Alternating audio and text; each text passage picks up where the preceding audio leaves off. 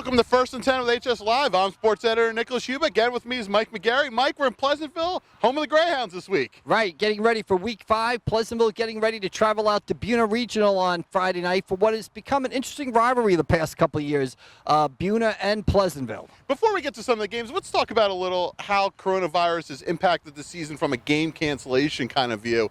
You know, we were running the numbers earlier today. Everyone saw it on social media. You corrected me, which I truly appreciated. The impact, so far, so good in a way. Yeah, so far, right, so far, so good. We've been lucky, at least in the Atlantic, Cape May, and Cumberland and Southern Ocean County areas. We've had relatively few games postponed. I think Hamilton is the only football program that's been shut down. Teams that have lost games have been able to make them up. So I think right now, I think Hamilton is down 2 games. Wildwood is down 1 game. So at least, thankfully, knock on wood, do whatever you want to do. Keep wearing your mask, keep staying socially distant. So far in Atlantic, Cape May, and Southern Ocean County, things have gone relatively smoothly. You almost hate to say it because we could leave right now and look at for a tweet and the whole thing could be blown apart. It's kind of interesting. You know, this is kind of a week-to-week, day-to-day kind of season. Like literally, we've talked about it. We've previewed games on this show on a Wednesday. We've gotten back to the office, and Thursday morning we're like, oh, no, okay, we were gonna have to figure that one out again. Yeah, I think the state athletic directors, the state leagues have done an excellent job of adjusting to the circumstances. I like what Derek Sellers, the president of the West Jersey Football League, has said about just making the next right decision and not being gut punched by anything. I think if you look at the entire state, you probably have somewhere between 10 and 20% of the state's more than 330 football teams either not playing or being shut down or being forced to adjust. Now, that seems like a large number, but I prefer to look at it like this. If 10 to 20% aren't playing, 80 to 90% are playing. So I'll focus on the bigger 80 to 90 number, and I'll leave the 10 to 20 for the other people. Mike McGarry, glasses always full. Half full guy. Half full kind of guy, if no one ever knew that. Well, let's get to the football field. We've done the epidemiologist talk. Let's get to the football now. Huge game out west this week. St. Augustine Prep in Williamstown. Division I kids all over the field, including probably one of the top juniors in America. Yeah, Kanye Udo, the running back for St. Augustine, Rutgers recruit, a ton of other scholarship offers. Big game here. Williamstown ranked number 2 in our Elite 11. The 2-time defending South Jersey Group 5 champions. The only team to beat them last year was St. Augustine. So Williamstown at home on Friday night will be looking for a revenge. On the flip side, you have a St. Augustine team. Began the season great expectations, right? Their opener gets postponed against Violent because of the coronavirus. They open at Millville the next week. What happens? Millville 22, St. Augustine 21. So you have a Williamstown team looking to avenge their only defeat of last season, and you have a St. Augustine team that can kind of answer the question, how good are they? You know, kind of reestablish themselves as a team that can contend for that number 1 ranking in South Jersey. Keon Sabat Jr. at Williamstown has like 40 different Division I offers. He's their key player on the other side. Right. They've got a lot of good players. Doug Jones, the quarterback, is experienced.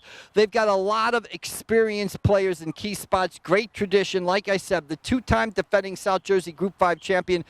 The only team they really have had trouble with the past couple of years is St. Augustine. St. Augustine, they played the last 4 years. St. Augustine's won 3 of them. So we'll see what happens out at Williamstown on Friday night. That's big boy football right there. That's physical. That'll be physical, exactly. Intense, and speedy. The size factor is St. Augustine's advantage. They are huge on the offensive and defensive lines. We'll see if they can impose that physicality and that size on Williamstown. And then a game on Saturday. We'll touch on the Shore Conference a little bit here. Southern Regional and Donovan Catholic. You know, for years, Donovan Catholic was like the sleeping giant. Like, people thought like they could be something really good, like a Holy Spirit type in that area.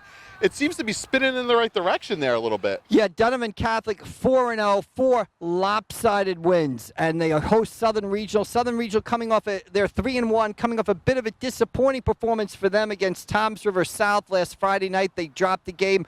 I believe it was 15-12 or 19-12, but the key number I do remember is Southern Regional committed 5 turnovers in the game, and they were all costly. So Southern Regional looking to get back on the right track, and of course their junior running back Jaden Brown in the midst of a standout season. Never underestimate the hitting Indians, all right, Mike? Right, there you go. Before.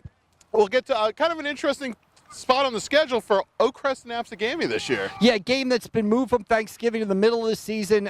Intra-district rivalry, EHT, Absegami, and Oakcrest. You have an Absegami team that is quietly 3-1. They've won 3 in a row under new coach Chris Sacco. Jordan Marcucci at wide receiver having a standout season, scored 4 touchdowns in the first half of their big win over Middle Township last week. He's returned 2 punts and 2 kickoffs for touchdowns this season. He's been kind of outside of Patrick Cheek Smith. He's been kind of like this, really kind of breakout player of the dynamic year. Player, senior wide receiver.